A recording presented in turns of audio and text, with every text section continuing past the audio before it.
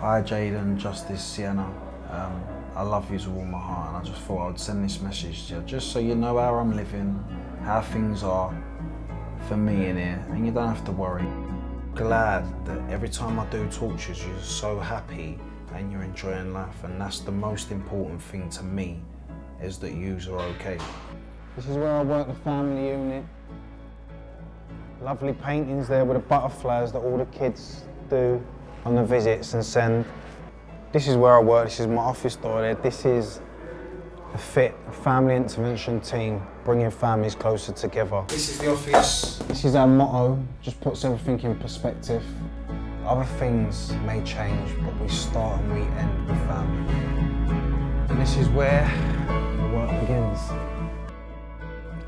For most people, family is the most important part. We're all in here, but we have families that are left behind outside. Now, for me, I've come to prison at the time when I come in vulnerable, and I'm a family man, so I'm around my kids all the time. So you want people that are like yourself or like-minded, that care about their family. Because the more someone cares about their family, you're not going to want to come back to prison.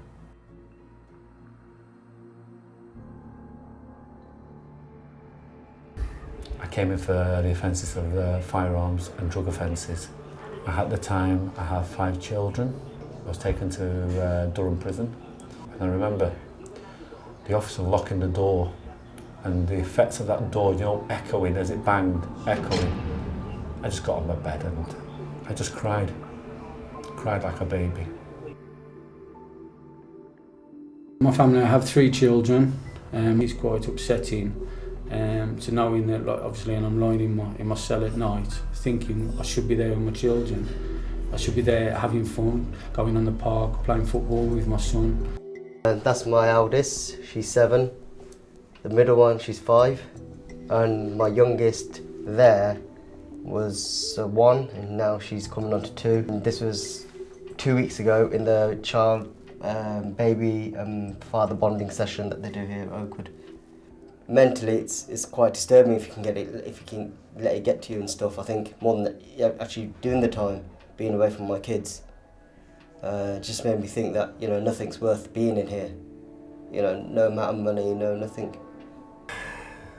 I didn't have much of a family as a kid. It was kind of broke. I don't really know who my dad is, which is one reason why I felt the way I did about having kids and wanting to be there for them. I just want to settle down and give my kids what they want, and not give them the wrong impression on what to do in life, do you know what I mean? And I learned from my stepdad, who was always in that prison, you know, and you just think it's clever, don't you? And you don't see it as a wrong. You think, well, oh, my dad's doing it, so there can't be anything wrong with it. I've missed out on weddings, christenings. I've missed out on so much. If anybody says that they don't get upset about their kids, they're lying. Believe me, they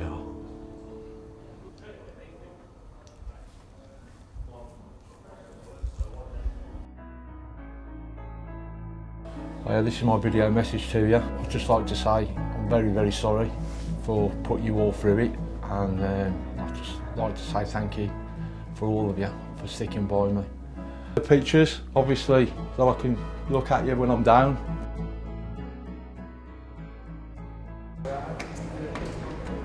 Ewan, here's the butterfly you did for me.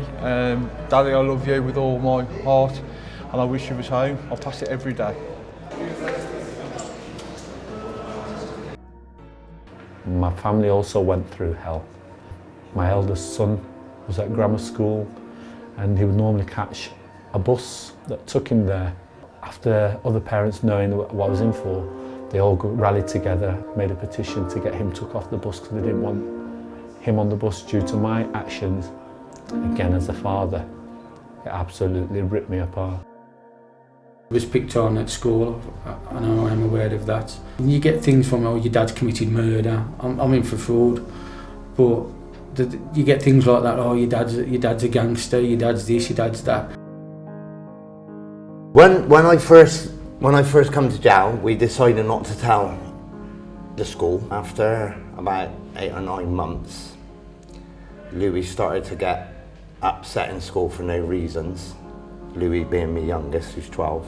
He was 9 years old then. And one day he was crying in school and the teacher asked why, and he just said, oh, it's because my dad. And they didn't understand, so they rung his mum. And then his mum told me about it, and I said, I think it's time for the school to know now. By the school knowing that I'm in jail, it'll help Louis. And we didn't realise how much it would help him until we actually told the school. And when we told the school, they said that there's a special lesson once a week he could go to, where he can sit down and chat us through his problems. And we found that when we did tell the school and he started doing this, and his mates found out as well, it made his life a lot easier because he didn't have to lie.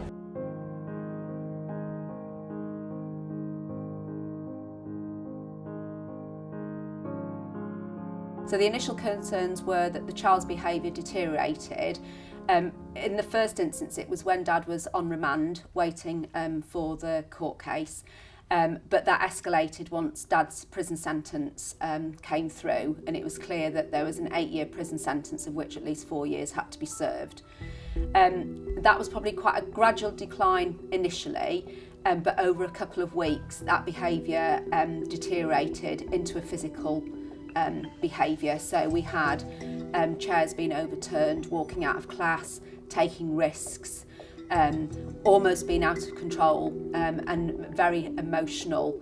Sean contacted the prison direct. She'd spoke to the mother of the child, and this particular child had a few personal issues, and he was struggling to adjust with the fact that his dad had been in prison.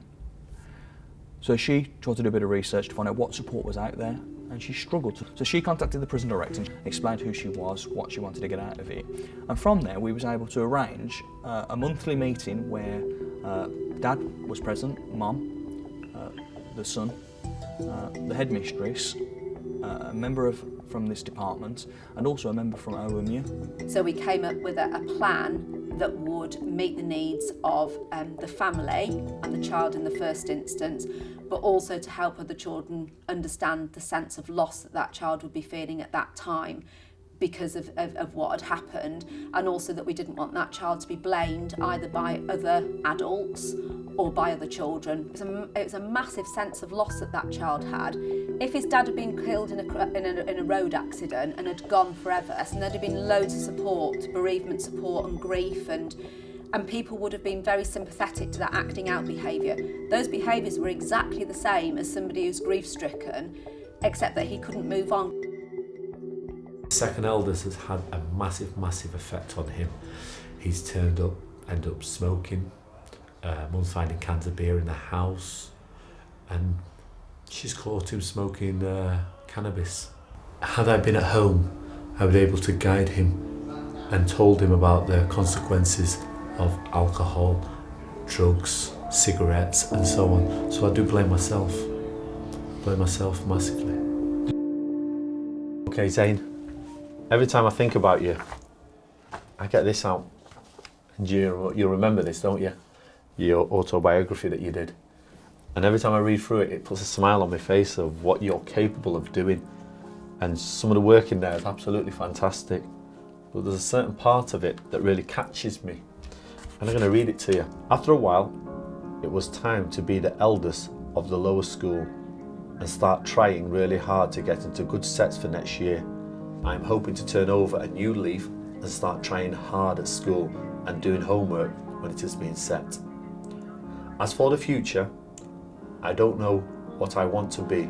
However, I do want to live a very happy and healthy life and be married and have kids. You wrote that to me, son, and it really shows what you want to do and what you want to be. And I'll tell you something, if you carry on the way you're going, you won't do these things. But if you decide to turn your life around, which I know you can, you will be happily ever married and you will have your own children and I will have grandchildren. And I'm very proud of you, son.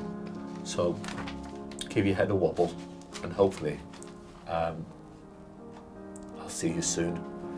Okay? I love you lots.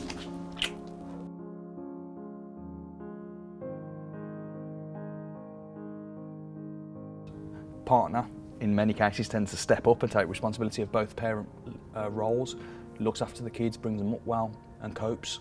It must be harder for her than me being in here. I mean, I'm here getting everything looked after, getting my shopping bought to me, which is really selfish in a way. You know what I mean? I was selfish out there, now selfish now. I mean, she's got to do the shopping on her own, look after 3 kids, go out and do the shopping, drag the kids along with her, take them to school. Then she's got to think about her work. Her husband ain't there, the provider that should have been there. What I can say about my wife, she's an absolutely fantastic woman. She's a great, great mother. She's held the family together. She's supported me whilst I've been in prison. She's also been the victim of my crime. She doesn't tell me because she doesn't want to upset me and hurt my feelings. But I know deep down, she does blame me. Yeah, she does.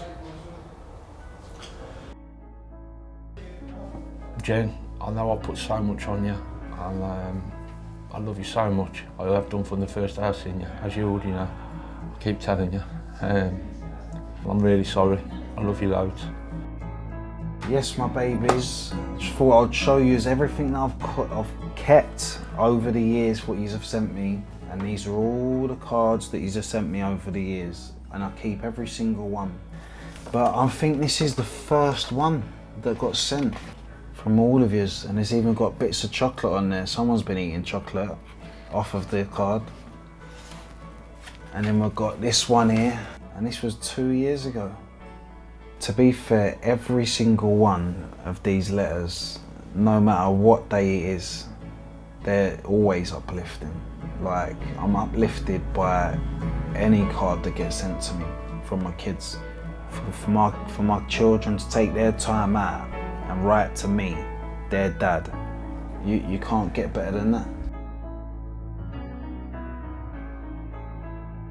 To have more communication with your children, a parenting skills, a one-to-one with your kids. So a bit more of play time, learning time, emotional time, because there's things they want to get off their chest as well. But things like that I hope can build a future so my children do not follow in my footsteps. And I believe with time and the right people pushing, I think it's got potential of being something great. It's about incorporating everyone to work together. And that's what this wing's about. Like, when you've got people working together, it makes things better for the visits, better for the families, better for the staff.